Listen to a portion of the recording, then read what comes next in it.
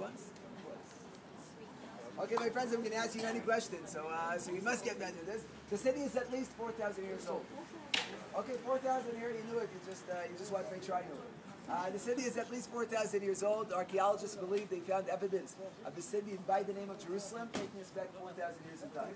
4,000 years ago, the bosses around here are the strong Egyptian empire led by their pharaohs, the kings. If you were a tax-paying citizen in Jerusalem, the taxes you're paying are going out to the pharaohs in Egypt.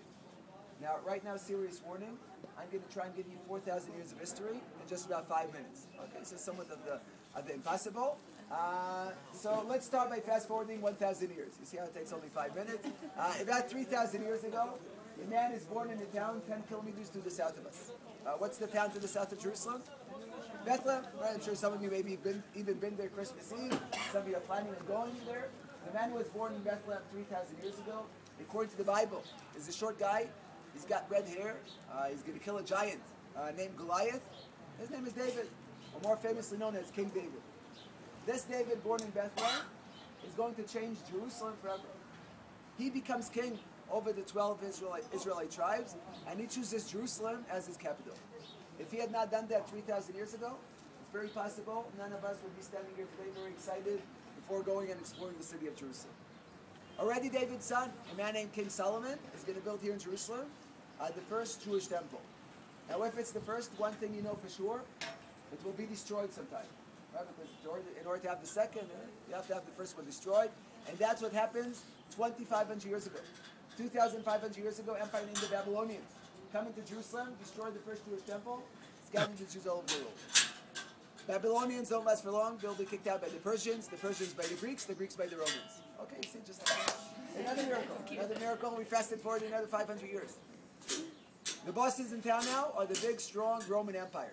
Right? They ruled many parts of the world. And about that time, another man is born in Bethlehem. This man is slightly more famous than David. His name? Jesus. Slightly more famous, okay. This Jesus shows up here in Jerusalem, sees the second Jewish temple, and what does he do? He starts crying. Why is Jesus crying?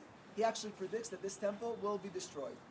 Now, whether it has to do with this prediction or not, honestly, I have no idea. Like I said, I'm not going to try to convert anyone. But eventually, the Jews, they revolt against the Romans.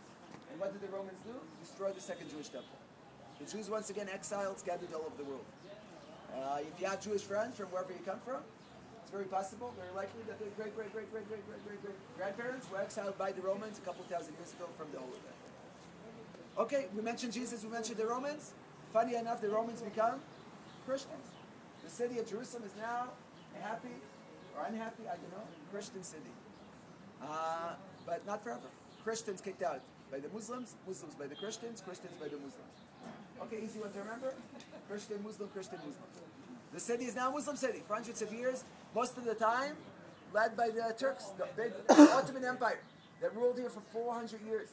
They're also in charge of the building of the walls that we know today of the old city.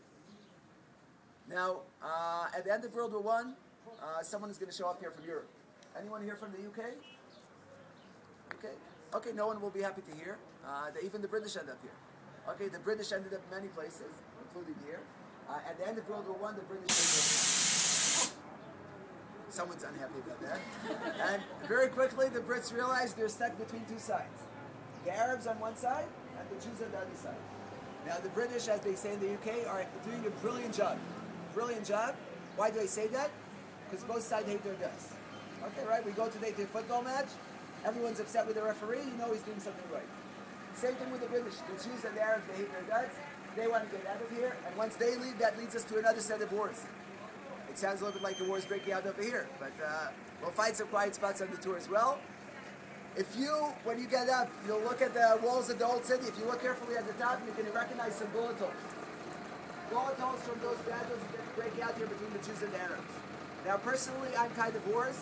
And with this sound in the background, I'm tired of this introduction.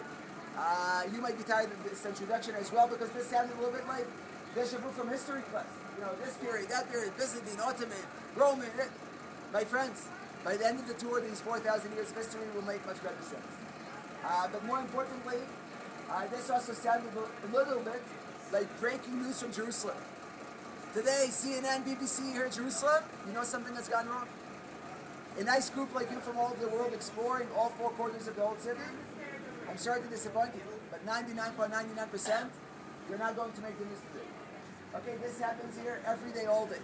It's only when something happens out of the ordinary, that's what makes the news. Same thing with these 4,000 years of history. Hundreds and hundreds of years of peaceful living. About those, they have no stories to tell you.